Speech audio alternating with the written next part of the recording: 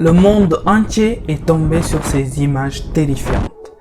Une ville, un pays, entièrement sous le choc après ce terrible événement.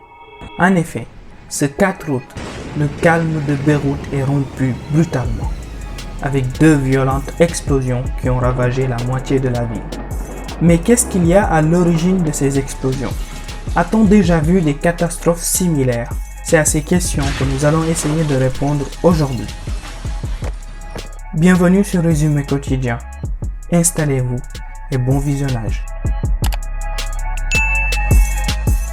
Plus de 100 morts, des dizaines de disparus et jusqu'à 300 000 personnes sans domicile. Voici le bilan provisoire de la catastrophe. Au début, beaucoup de personnes pensaient à une attaque ennemie, du voisin israélien par exemple, avec qui le Liban est toujours techniquement en guerre.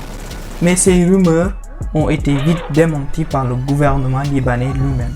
Il s'agirait en fait d'un stock de 2750 tonnes de nitrate d'ammonium entreposé dans le port de la capitale depuis 6 ans qui aurait explosé.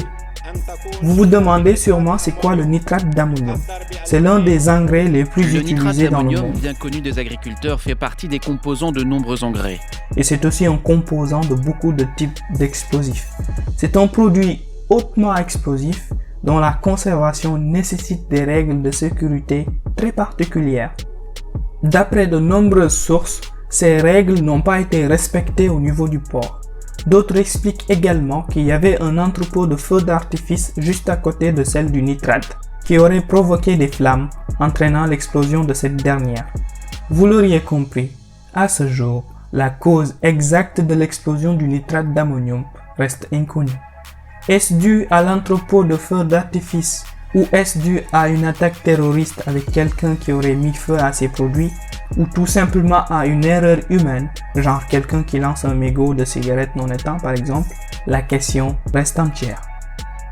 Ce qui est sûr, c'est que ce n'est pas la première fois que ce genre de catastrophe se produit. Ça a notamment eu lieu entre autres à Toulouse en septembre 2001 où 300 tonnes de nitrate d'ammonium explosent et entraîne la destruction de l'usine ASEF et la mort de 31 personnes. Plus récemment, en Chine, en 2015, un entrepôt chimique où étaient entreposées 800 tonnes de nitrate d'ammonium tuant 173 personnes. En 2015, le même scénario se répétait en Chine, sur le port de Tianjin. Nous sommes arrivés à la fin de cette vidéo.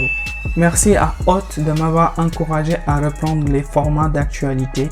Je reviendrai en détail sur pourquoi j'avais arrêté ce format. Et vous le savez, je vous donne rendez-vous à la prochaine fois pour une nouvelle vidéo. Peace.